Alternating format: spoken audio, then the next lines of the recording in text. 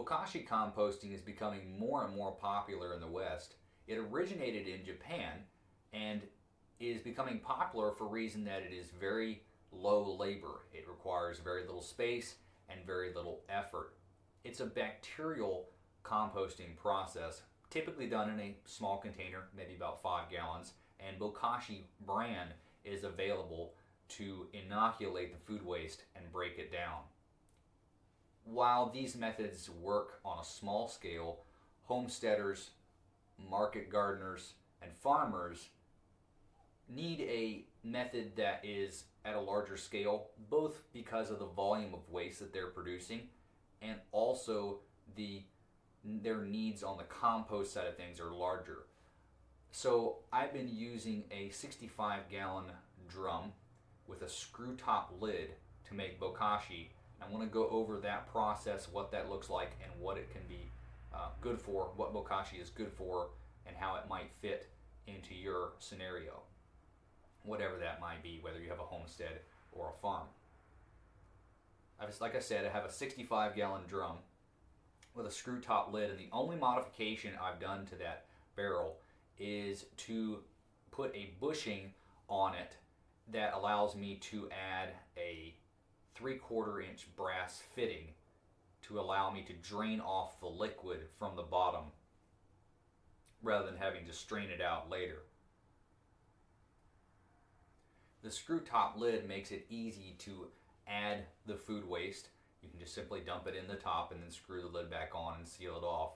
Bokashi is an anaerobic process, meaning without air or oxygen, and so you want to keep that lid on there and keep it protected from pests such as raccoons, possums, anything that might want to get in there and eat the food waste, and also keep flies and that sort of thing out. What I use to inoculate the compost is a little bit different than the Bokashi brand that is typically used.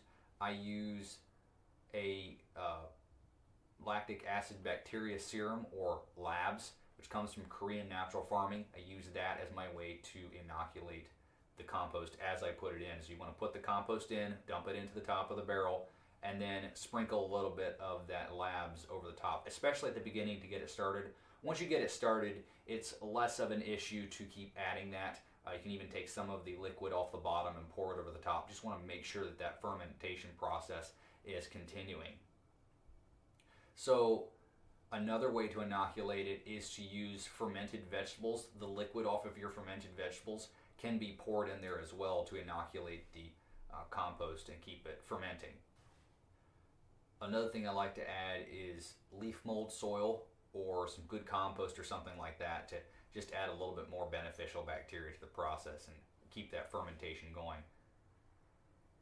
One of the reasons that Bokashi is so effective as a composting method is the solids can be used separate from the liquid.